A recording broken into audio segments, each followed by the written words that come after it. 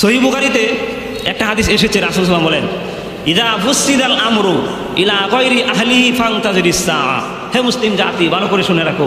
সহিহ বুখারীতে রাসূল সাল্লাল্লাহু আলাইহি ওয়াসাল্লাম বলেন, ইযা ফুসিদাল আমরু, তোমরা দেখবে যখন কোনো দেশে কোনো রাষ্ট্রে অযোগ্য ব্যক্তিকে ক্ষমতার আসনে বসায় দেওয়া হয়েছে, অযোগ্য ব্যক্তিকে যোগ্য আসনে বসিয়ে দেওয়া হয়েছে, ফান্তাজিরিস সাআ।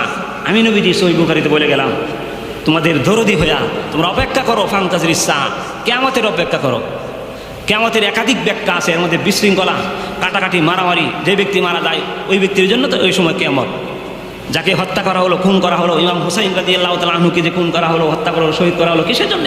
উনি খেলাফত প্রতিষ্ঠার জন্য চেয়েছিলেন। জালেম ইয়াজিদের মতো জালেমের পক্ষপাতিত্ব করেন নাই। আজকে আপনি মুসলমান, এই ঘটনা বললে আমার সময় শেষ হয়ে যাবে, শরীরে পশম দাঁড়িয়ে যায়, ওনাকে মারলো কেন? এটাই জন্য তো। আজকে আমরা এটার পক্ষে নাই। ইমাম হুসাইনের কথা বললে আমাদের হৃদয় গলে যায়, কিন্তু হুসাইন কোন পক্ষে? আমি কোন পক্ষে? হুসাইন কোথায়? আমি কোথায়? এদেশে ইসলামী রাষ্ট্র চায় না যারা, এদেশে ইসলামী রাষ্ট্র চায় না তারা, কোনো না কোনো অপরাধের অপরাধী যারা, ইহুদি আর খ্রিস্টানেরা, পশ্চিমারা কখনো চায় না যে ইসলামী রাষ্ট্র কায়েম হোক। কারণ তারা যে অবাধ যৌনচার, ওপেনলি খোলা সমকামিতা, এগুলি তারা বন্ধ হয়ে যাবে, সুদ ঘুষ এগুলি বন্ধ হয়ে যাবে। আপনারা দেখতেছেন না মিডিয়াতে, এগুলি কেন? কোরআন আসছে এইগুলি বন্ধ করার জন্য। মোহতারাম হাজিরিন, আল্লাহ পাক রব্বুল আলামিন বলছেন, ইয়ারিসুহা ইবাদিয়াস সালিহুন, নেককার যারা তারাই রাষ্ট্র পরিচালনা করার যোগ্য। নবীজি বলছেন, অযোগ্য ব্যক্তিকে বসাইও না, বসাইলে ফান্তাজিরিস সাআ, কিয়ামতের অপেক্ষা করো, যে আযাব শাস্তি মৃত্যুর পরে হবে, দুনিয়াতে আমি তোমাদেরকে দিব। 2 নম্বর যোগ্যতা হলো, যিনি রাষ্ট্রপ্রধান হবেন, রাষ্ট্রনায়ক হবেন, খলিফা হবেন, 2 নম্বর যোগ্যতা।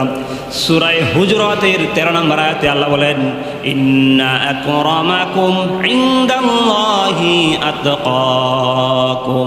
মুত্তাকি পরহেজগার বান্দা যারা, পুরুষের মধ্য থেকে মুত্তাকি পরহেজগার বান্দা যারা, তারাই হলো সেই রাষ্ট্রপ্রধান হওয়ার যোগ্য, আর কেউ না।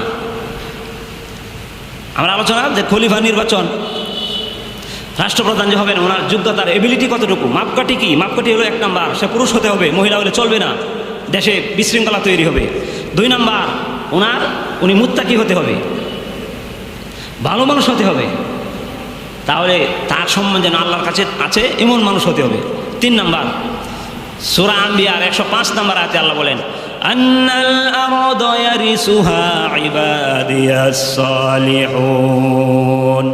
আল্লাহ পাক রব্বুল আলামিন বলেন, শোনো, 3 নম্বর যোগ্যতা রাষ্ট্রনায়কের, এই যোগ্যতাগুলি যদি থাকে তাহলে তাকে ভোট দাও, তাহলে নির্বাচিত করো, তাহলে তোমাদের দেশে শান্তি হবে, পারিবারিকভাবে শান্তি হবে, সামাজিকভাবে শান্তি হবে, একজন আরেকজনের সাথে মুআমালাত মুআশারাত চলাচল, খুনাখুনি হবে না, শান্তি পাবে।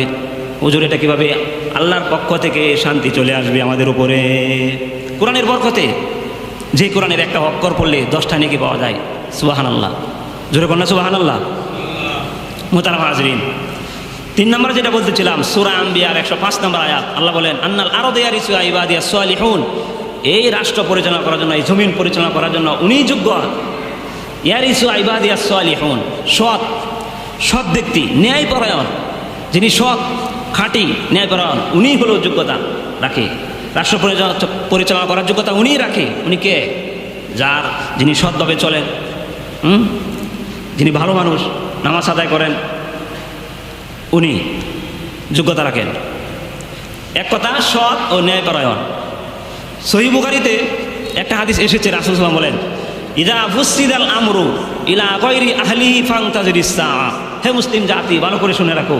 সহিহ বুখারীতে রাসূল সাল্লাল্লাহু আলাইহি ওয়াসাল্লাম বলেন, ইযা ফুসিদাল আমরু, তোমরা দেখবে যখন